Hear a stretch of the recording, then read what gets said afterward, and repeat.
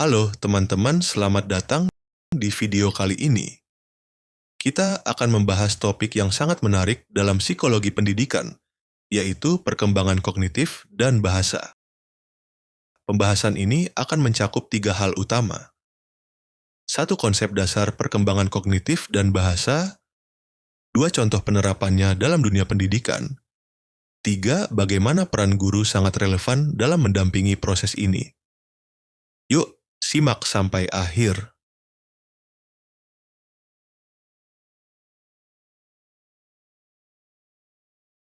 Perkembangan kognitif adalah proses yang menggambarkan bagaimana seseorang berpikir, memahami, dan memecahkan masalah. Ada banyak teori yang mengkaji proses ini, salah satunya adalah teori dari Jean Piaget.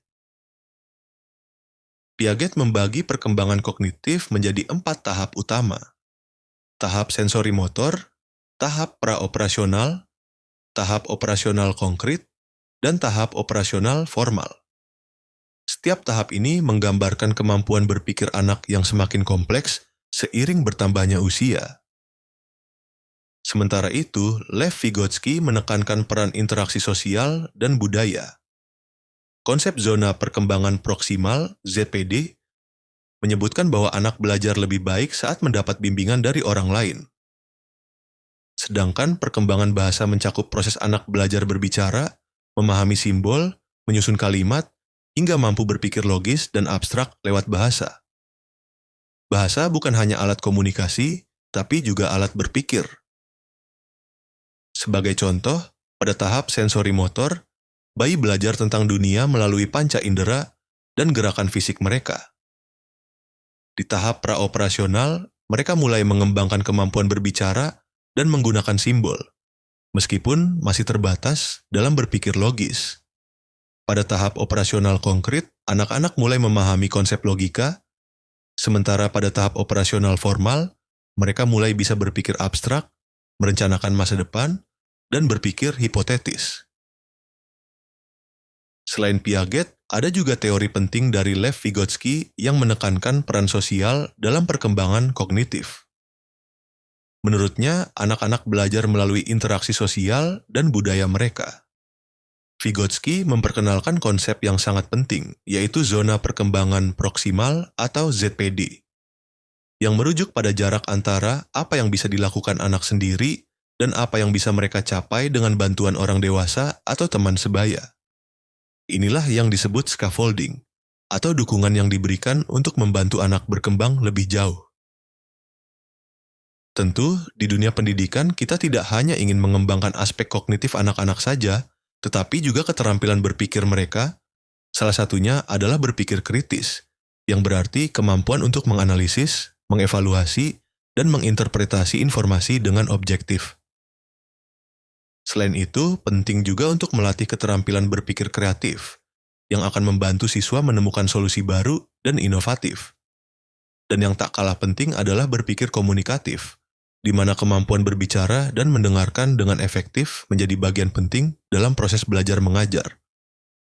Selain kognitif, perkembangan bahasa juga memainkan peran kunci dalam cara anak berpikir dan berinteraksi dengan dunia di sekitarnya.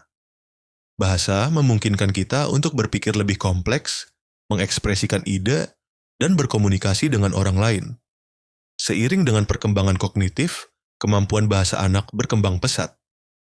Pada awalnya, bayi mulai dengan gerakan tubuh dan suara, kemudian mereka belajar berbicara, memahami kalimat, dan akhirnya bisa berpikir abstrak melalui kata-kata.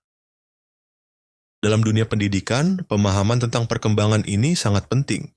Misalnya, guru SD tidak bisa mengajarkan logika abstrak kepada siswa kelas 1 karena mereka masih ada di tahap operasional konkret. Maka, pembelajaran perlu melibatkan benda nyata dan pengalaman langsung. Contoh lain, dalam pelajaran bahasa Indonesia, guru dapat menyesuaikan strategi dengan perkembangan bahasa siswa. Anak-anak yang baru belajar membaca bisa diberi cerita bergambar, sementara anak yang lebih besar bisa diajak berdiskusi atau menulis esai. Di era digital, guru juga bisa menggunakan media pembelajaran interaktif seperti video animasi, kuis online, atau game edukatif untuk membantu siswa memahami konsep yang kompleks. Ini sangat membantu dalam mengembangkan pemahaman kognitif sekaligus memperkaya bahasa mereka. Lalu, apa peran guru dalam semua ini? Guru bukan hanya penyampai materi, tetapi juga fasilitator perkembangan berpikir dan bahasa peserta didik. Guru perlu mengenali tahap perkembangan siswa agar dapat merancang kegiatan belajar yang tepat sasaran. Sebagai contoh, dalam pembelajaran tematik, guru dapat mengintegrasikan keterampilan berpikir kritis dan bahasa dengan memberi tugas proyek, mengajak berdiskusi, atau melakukan presentasi kelompok. Guru juga berperan penting dalam memberikan scaffolding, yakni dukungan yang bertahap, hingga siswa mampu belajar secara mandiri. Dengan strategi yang tepat, guru bisa mendorong siswa berpikir lebih dalam, kreatif, dan berani menyampaikan ide. Kemampuan berpikir kritis, kreatif, dan komunikatif ini adalah modal penting untuk menghadapi tantangan abad 21. Di era digital saat ini, teknologi memberikan peluang besar untuk memperkaya pengalaman belajar. Salah satu contoh yang sangat relevan adalah pengembangan media pembelajaran berbasis digital yang tidak hanya menarik, tetapi juga interaktif. Media seperti video edukatif, infografis, dan game pembelajaran membantu siswa memahami konsep dengan cara yang menyenangkan dan efektif. Ini juga membantu mereka mengembangkan keterampilan berpikir kreatif dan komunikatif, karena mereka bisa berinteraksi langsung dengan materi pembelajaran. Jadi, dengan memahami perkembangan kognitif dan bahasa, kita bisa menciptakan lingkungan belajar yang lebih efektif, meningkatkan keterampilan berpikir siswa, serta memperkenalkan mereka pada dunia digital yang penuh dengan potensi. Teruslah belajar dan berinovasi. Sampai jumpa di video berikutnya.